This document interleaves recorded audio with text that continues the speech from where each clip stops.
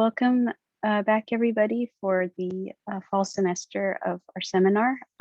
We're very happy to have Caitlin Leverson from Bard College speaking about Lagrangian realizations of ribbon cobordisms. Well, thanks for having me and thanks for coming. So today I'm going to tell you about a project. The whole thing is joint with John Etnyre at Georgia Tech. And basically, in this project, we were just exploring kind of relationships between ribbon cobordisms and Lagrangian cobordisms, specifically decomposable ones. So to completely spoil the talk on the first or second slide, basically what I should convince you of today is that every ribbon cobordism has a Lagrangian realization. And so in the next little bit, I'll tell you a little more specifically what I mean by that, and then hopefully convince you that this is true. So first thing, just to make sure we're all thinking the same context, I'm going to be thinking of Legendrian knots living in the standard contact structure on R3 or S3, whichever you want to think of it as. So Legendrian knots are just embeddings of the circle, where if you look at any particular point along the circle, it is tangent to the contact plane at that point. Okay, so that's what I'm thinking of as Legendrian knots. And as everyone probably remembers, every smooth knot has a Legendrian representative. In particular, it actually has infinitely many different Legendrian representatives. You can just think of adding more stabilizations or either type of stabilization, and you'll see that there are infinitely many different Legendrian representatives, in this case of the unknot. So basically what we have so far is that in the smooth world, we have our smooth knots, and in the contact symplectic world, we have these Legendrian realizations of these smooth knots. And so what our goal will be is to see, if we think of ribbon cobordisms in the smooth world, what is it that corresponds in the contact symplectic world? Okay, so before we talk about that, just to make sure we're on the same page, ribbon cobordism is just an embedded surface, let's call it C, where it has smooth knots or links, whichever you prefer, as its boundary on either end. And you can think of it as just being constructed by a sequence of traces of isotopies of links, births of unknots, and band moves. And so to give you an example and hopefully remind you of what these are, let's look at an example of a ribbon cobordism from the unknot to the mirror of 6-1. So we're going to start with the unknot. We're then going to do a birth. So we're going to add in an unlinked, another unknot, and then we're going to do a band sum. So in this case, I'm going to look at the blackboard framing, but it could be whatever framing for your band. So let's see.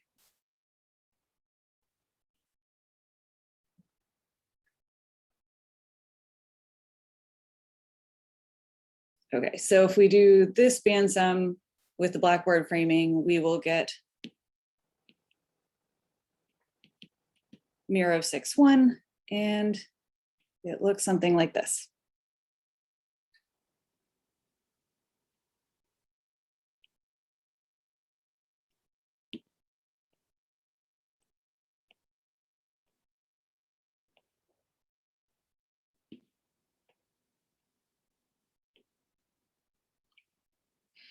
Okay, so if you isotope this a little bit, you'd probably see a picture you've more typically seen of the mirror of 6-1, but this gives us a ribbon cobordism that goes from the unknot to the mirror of 6-1. Notice that at this step, we had a birth, right? We added an unknot, an unlinked unknot, and at this step, kind of in here, we were just doing a band sum. And so we could also have done isotopies. That would have been fine as well to build up such a ribbon cobordism. And if we think about this kind of happening inside a 4 space, or think of this as being the movie then. So we started with the unknot at the bottom. We have a cross section, then that's going to be an unknot with another unknot. And then we have the knot at the top, which I'm not going to attempt to draw. So there's our knot at the top. And this cobordism is really this surface. Let's see. Okay, so that's what our ribbon cobordisms are. So that's the object that we're looking at in the smooth world. And what we're going to figure out is, well, what is the corresponding thing that should be over here in the context symplectic world? And so what I'm going to argue is the thing that should be over here is decomposable Lagrangian cobordisms. And that's what I'm going to try and convince you of. Okay, so, well, reminder of a decomposable Lagrangian cobordism that'll also probably start convincing you that this is probably true. Well, decomposable Lagrangian cobordism from some Legendrian length lambda 0 to some Legendrian lambda 1 is just a Lagrangian submanifold of the symplectization of S3 or R3, whichever you prefer. And it's made from a sequence of traces of Legendrian isotopies, births of max TB, right? We really need it to be a max TB Legendrian unknot, and pinch moves. So to give you an example of this, let's look at a decomposable Lagrangian cobordism that goes from the unknot from a Legendrian unknot to a Legendrian mirror of 6-1. So it turns out we're going to want to start with a twice stabilized unknot. If we start with the twice stabilized unknot, do a birth. Remember, we're doing births of max TB unknots. And then I'm going to do a series of isotopies and then a pinch move to end up with the mirror of 6-1. So first isotopy I'm going to do is kind of pull this whole part of the unknot up over here. So basically we will end up with something that looks a little bit like that. And now I'm going to pull this part down through this unknot.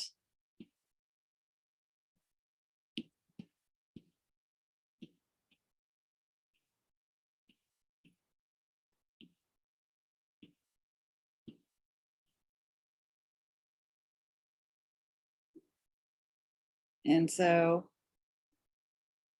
we're going to see is that if I pull this part through, I'll just have this little hook inside. And now I'm going to pull this hook portion up and over all the way into here.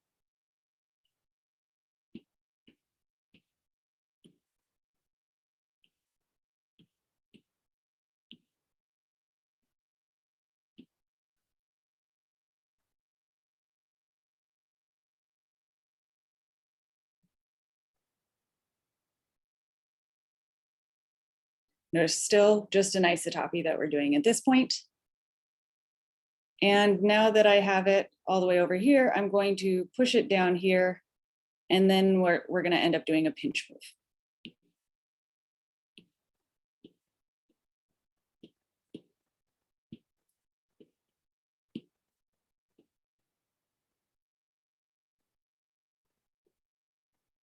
Okay, so we now have here, and now we can see that I could do a pinch move along there.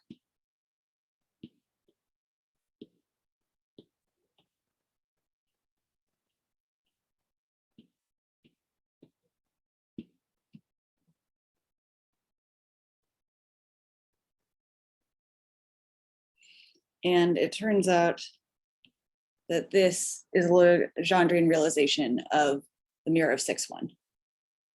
So along the way, we did a birth of a max TB unknot, a bunch of Legendrian isotopies, and then just one pinch move.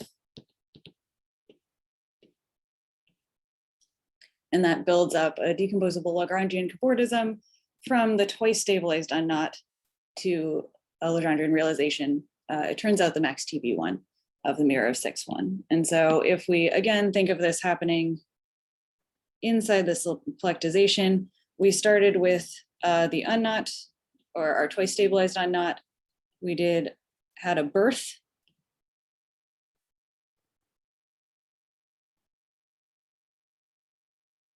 And then we ended up with our knot up at the top which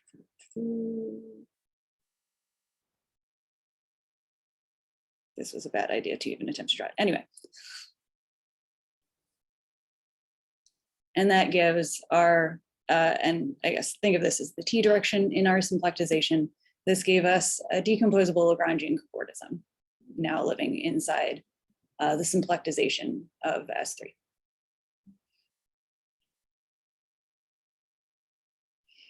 Okay, so the explicit statement of what I'm going to convince you of is that if you have some ribbon cobordism C, so remember, ribbon cobordism just has boundaries, 2 smooth knots or 2 smooth links. Turns out this will work in either case. That was made up of these series of types of moves, if we think about it just within the diagrams and as a movie.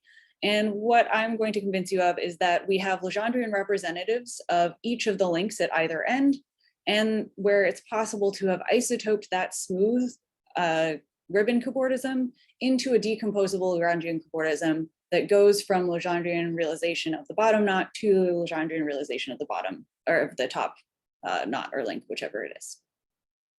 Okay, so that's the goal. Yes, Austin has a question. So in the last example, we did in fact need to start with this twice stabilized unknot. And after I tell you the construction for this proof, we'll go through why it was I needed those 2 stabilizations, why I couldn't have done it with the max TB unknot. Okay, so this is what I'm going to convince you of. And basically it's just a construction. Now I should say non-optimal in terms of stabilizations. So if you follow this construction, you may end up with way more stabilized Legendrian representatives than are necessarily like strictly necessary in terms of coming up with a decomposable Lagrangian cobordism that does this. But we'll see that we can find representatives that do this. And then we'll discuss a little bit when this might be, when we can make it better. Okay, so the construction. So you start with your ribbon cobordism C that's going between your 2 smooth links. And the first thing you're going to do is isotope it so that all the births happen first. So you want all of your birth components happening first, and then we're going to do band moves. And we're going to do band moves in a specific way that basically comes about from when we need the stabilizations. So let's say that we have, this is our original knot or link, and then we have a bunch of births. We're going to want to do band moves in an order that we always have 1 foot of the band on kind of the original knot or link. So the reason we can do this is if we had, say, I don't know, these bands or something or whatever else, you're just going to choose so that you always reorder bands so that you always do one of the bands that attach to a previous component. So for instance, you might do that band move first. And that way now I could do either this band move or this band move next, because either one has 1 foot on kind of the original part. Because once we've done this band move, this is now kind of the original part.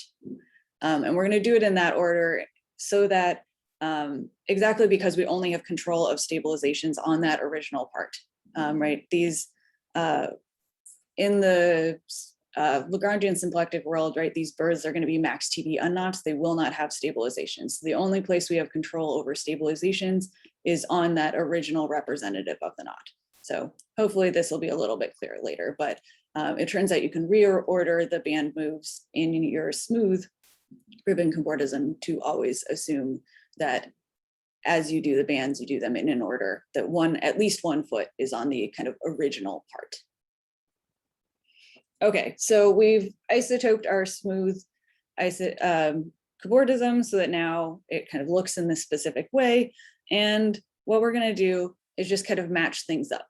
So pretty clearly, our births in our smooth world are going to be births, but now of max TB unknots in the contact symplectic world.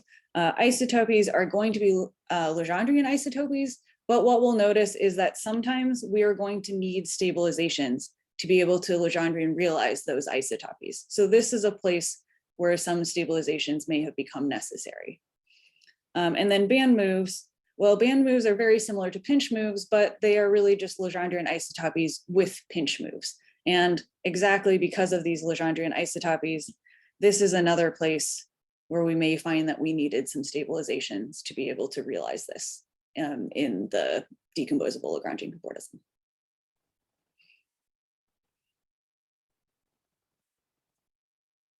Any questions so far? I know this has been kind of a lot thrown at you.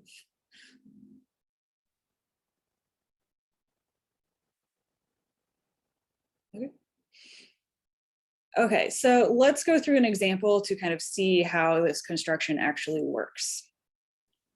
So let's start with that smooth band sum that we first looked at, or sorry, the smooth Cobordism from the unknot to the mirror of 6-1, and let's try and find a Lagrangian realization of this. So first things first, we know that we start with a Legendrian unknot. So maybe I'll put in blue our original component, and then we'll slowly work from there. So we want to start with a Legendrian unknot.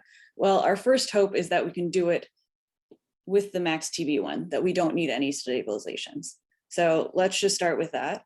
Well, then we're going to do a birth. So we want to add a max TB unknot. So far so good. We can get here. Now the issue is doing this framed band sum. So remember, framed band sums in the smooth world are going to correspond to Legendrian isotopies and pinch moves. So the question is, how can we do a Legendrian isotopy which realizes this band sum? So this shape in here. So first we're going to do some Legendrian isotopies, but we're going to notice that we need some stabilizations to actually realize this. So let's start looking at the first part. So notice the first part is we want to do a Legendrian isotopy that realizes that part of the band. So in other words, we want something to do something like this, right? Because we can't have the vertical tangencies in the front diagram. So this spot right here shows us that we needed a stabilization to start out with. There's no way to realize that cusp without already having stabilized this original unknot. So this tells us that we need to go back and have started with a stabilized, at least a once stabilized unknot. So let's go back and fix this. So if I'd instead started with a once stabilized unknot, now we can actually realize this rough shape by moving this whole portion of the diagram up and over. So if we do that, we have our birth unknot, and now we can get to that through isotopy. So we can realize that vertical portion there by leaving behind a stabilization. Okay, the next part of the band is it goes through and over. As long as we're careful about where it goes through and over, this is perfectly fine to do in the Legendrian world.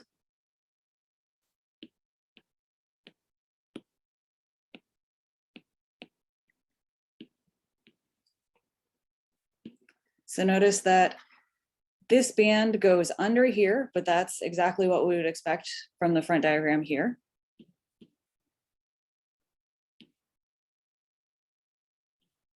So we get that going through there. The next part of what the band does is it goes over here. And as long as we're careful about where we have, think of pulling this through, notice that I can't pull it through here and have it go over without doing some zigzags, but I could have it go over here. So if we think of dragging it over this way, that part will be fine to realize in the Legendrian world.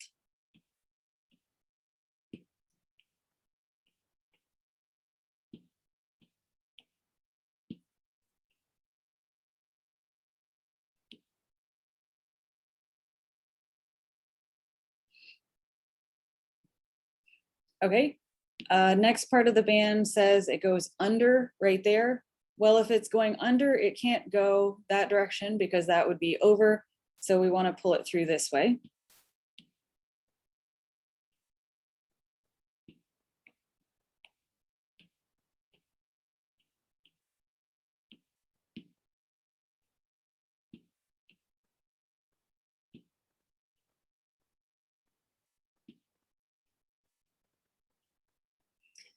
And here's where we run into another issue. Notice that my band right here is vertical. So once again, that's going to be an issue in our front diagram. This tells us we need to go back and should have actually started with 2 stabilizations instead of 1. 1 isn't enough for us to realize that pinch move. So if we go back and add another stabilization and follow it through the whole way. So here, what you'll end up seeing, should say there'll be another zigzag. Anyway, if you follow through this zigzag the whole way through, what you'll end up with here is that little hook. And so now we really can do just a pinch move to realize the rest of the band sum.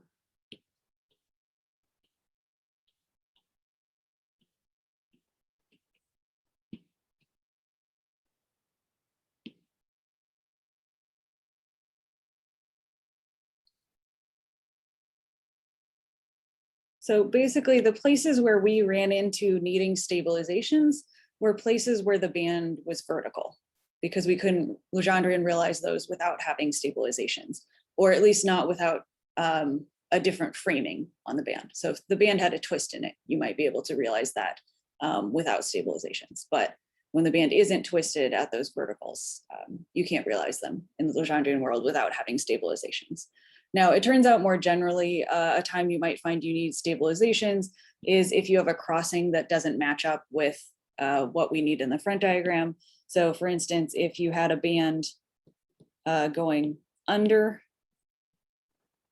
where the band going under had more negative slope, right? This doesn't happen in a front diagram. So in that case, you'd need stabilizations to realize this so that it would have that type. So one possibility is to do a zigzag there.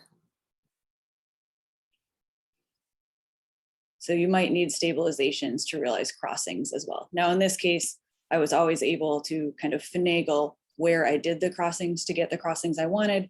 But if you start with, especially like, so where this example came from was just looking at ribbon diagrams for ribbon knots. If you look at some of the next few lower crossing ribbon knots and look at their band sum diagrams and try and realize them this way, you will notice sometimes that you need more stabilizations because of crossings and things as well. So crossings are a time, right? If the crossing doesn't match the more negative slope strand being on top, might be a time you need some more stabilizations. And anytime you have Legendrian isotopies where you get vertical strands are times that you might need more stabilizations, and by need, I mean need to have started out with a knot that had more stabilizations to start out with.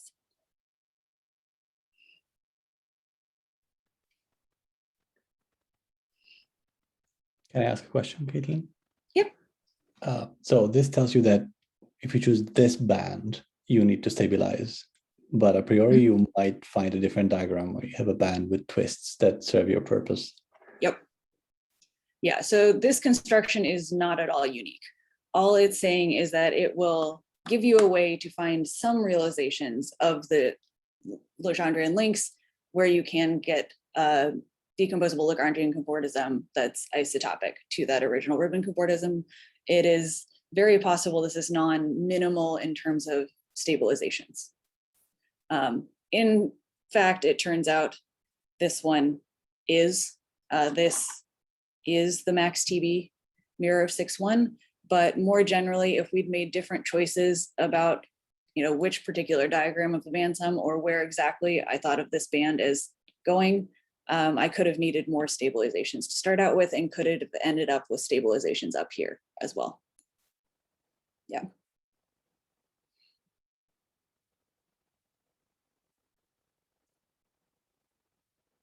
Yeah, so generally this construction may require tons and tons of stabilizations. I just gave you a particularly nice example. Can I ask a question too? Is it known the analog of your theorem where K naught is the empty set? So if you're given a like a ribbon filling, can you realize that?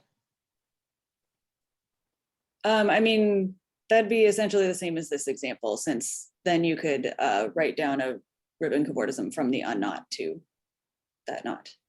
Right, but then the unknot you get might not be a fillable Oh, Lagrangian, yeah. especially if you have to stabilize a million times. Yeah, I guess. Like, So- are there examples of knots which don't admit a realization has a decomposable filling? Or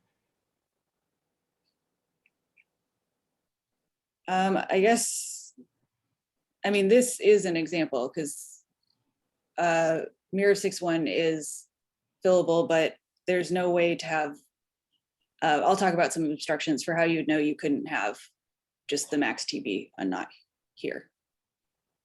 I see. So there's no Lagrangian realization which would have a filling, you're saying?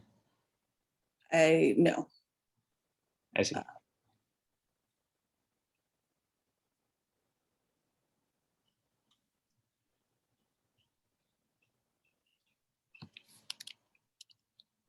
Any other questions?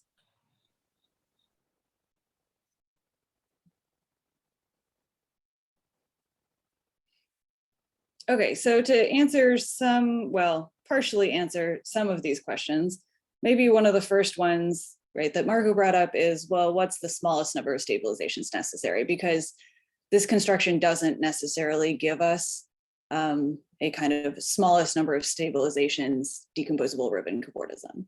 And so that's where we can look at some previous obstructions having to do with decomposable Lagrangian cobordisms to give us at least some information about what could or couldn't happen. So the first one that you might think about is Chantrain's result relating Thurston-Bennikin numbers of the top and the bottom links by the Euler characteristic. So for example, if we look at the pair we've been looking at so far, so where we're looking at a smooth cobordism from the unknot to the mirror of 6-1, in particular, if we want a concordance, so if we want genus 0, then the Euler characteristic of whatever this Lagrangian cobordism is going to be 0. And if we look at the max TB of 6-1, it's -3. The max TB of the unknot is -1. And so we're going to see that the example we looked at really is the best we could hope for. So if we look at this, we know that if we look at the max TB representative of 6-1 and look at the difference and say lambda 0 is a Legendrian unknot, well, if we want a concordance, then we want this to be 0, but we know that the max TB of the mirror of 6-1 is -3. So this actually tells us that any decomposable Lagrangian cobordism from the unknot to the mirror of 6-1, any concordance, I should say, the TB of your unknot is going to have to be -3, meaning it has to be a twice stabilized unknot, which is what we saw. So we really did realize kind of the smallest number of stabilizations version, decomposable Lagrangian cobordism in this case.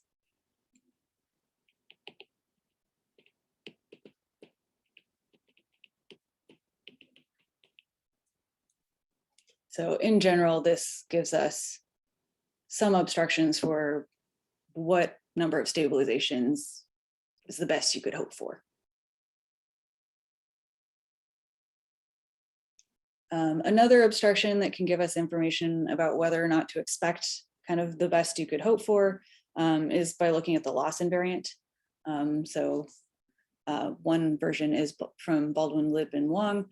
And what it says is that if the, let's put these in the correct places. If lambda plus hat of the top Legendrian knot is 0, and lambda hat plus of the bottom knot is not 0, or if we have the opposite for the negative versions. This is lambda 1.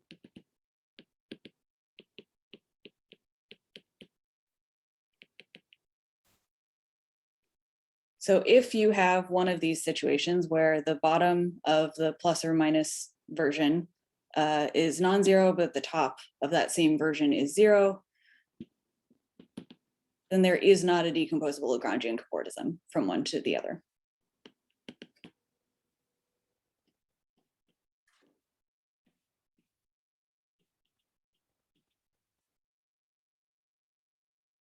So this can obstruct when this might happen. And the reason this has to do with stabilizations is if you positively stabilize a Legendrian knot, its lambda hat plus invariant will be 0. If you negatively stabilize the Legendrian knot, its lambda hat minus invariant will be 0.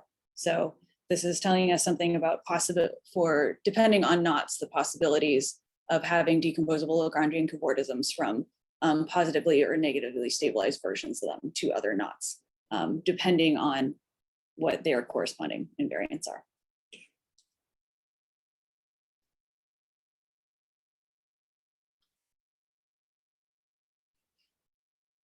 Okay, so this gives us some restrictions or some things to consider about restrictions for the stabilizations we have. But the next question is probably, but can we actually realize kind of smallest number of stabilizations? So could we actually have a max TB knot at the top or at the bottom? And it turns out our example shows us, or the example we've been looking at this whole time, shows that we could have max TB unknot at the top. That is possible. And in fact, I have an undergraduate student who did a project showing that there's actually an infinite family of knots, pretzel knots, it turns out, where you can have a max TB knot at the top. So you'll need stabilized unknots at the bottom, it turns out. The class of knots he looked at were ribbon knots, so there were stabilized unknots at the bottom, but you could have max TB of his pretzel knots at the top. So there's an infinite family where you can have the max TB knot at the top. Okay, so it is possible to have max TB at the top. Next question is probably, well, is it always possible to have max TB at one end or the other? And the answer to that is no, you can't always end up with max TB at the top or the bottom. One example to look at to see this is there's a pair of Legendrian representatives of 2,3 cables of 2,3 torus knots. They're Legendrian representatives of the same smooth knot, so they are smoothly isotopic. But if you look at these Legendrian representatives, Lawson Variants, you'll see that there can't be a decomposable cobordism between them. So it's not possible. So while we do have a method for realizing an isotopic decomposable Lagrangian cobordism to that original smooth cobordism, we can't actually ensure, it's not possible for us to have max TB, or in particular these pair at either end. You'll have to have stabilizations of at least one of them at one of the ends. Okay, so those are probably some of the first questions you have. There are lots of other questions that come up that I'd be happy to explore with other people, and that John and I are still exploring, but this went way faster than I thought. So thanks, that's what I had to tell you. Thanks so much for the great talk. Let's give Caitlin a round of applause. You finished in record time, in about half the time you had. Are there any questions for the speaker?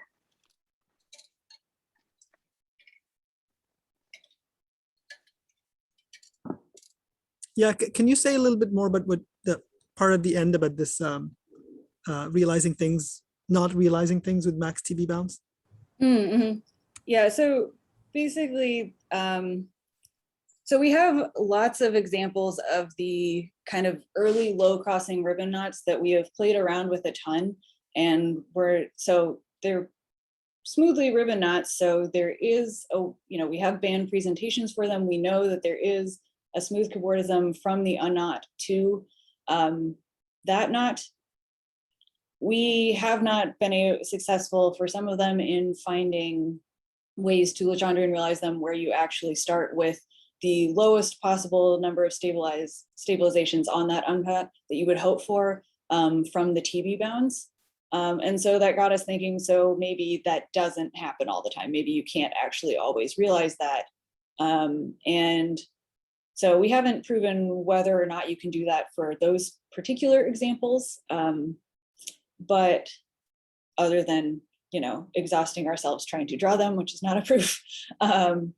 But we did find in the literature this pair of Legendrian knots, where if you look at the Lawson variant, you run into one of these times where the max TB, or the representative for one of them has, I want to say it's lambda hat plus is 0 for one, but lambda hat plus is non-zero for the other. And so you run into this situation where there can't possibly be a decomposable Lagrangian Cobordism between them. So our theorem, or our construction, would give you some decomposable Lagrangian Cobordism that is smoothly isotopic to that ribbon Cobordism between them. But it apparently is impossible to actually realize without stabilizations, I should say. Can I ask another question that's just my ignorance? So what's the gap between decomposable Lagrangian Cobordisms and exact ones? Unknown. Okay.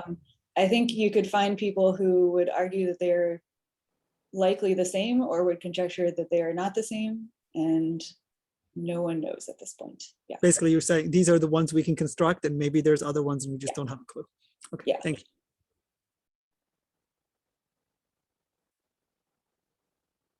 Well, I might add that there are non-decomposable ones if you allow the positive end to be empty. Yeah. And they were constructed by Francesco Lin. Ah. Yeah, so if you look at caps, they're non-decomposable caps. Exact cap, yeah. Thank you. And there's also Roberto Grodnani has introduced another move that at the moment is unclear whether or not is or isn't decomposable.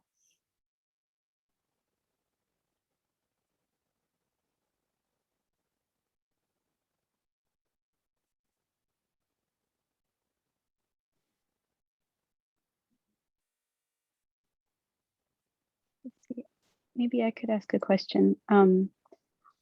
You talked about sort of optimizing by the smallest number of stabilizations. Are among these three methods that you talked about in the beginning, like the traces, the births, and pinches, are there other ways that you can optimize this construction?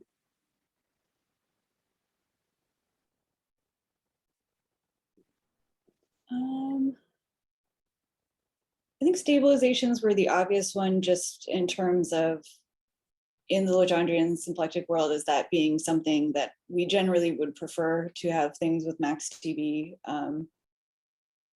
And so I think that's more why we were thinking in that direction. You probably could do something with the number of band sums or things like that, pinch moves, but I'm not sure what, different information that would give you.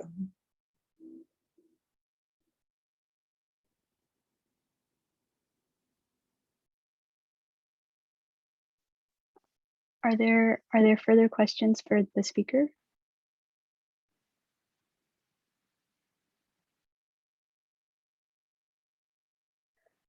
Okay, well, let's thank Caitlin again. Thanks so much for the great talk.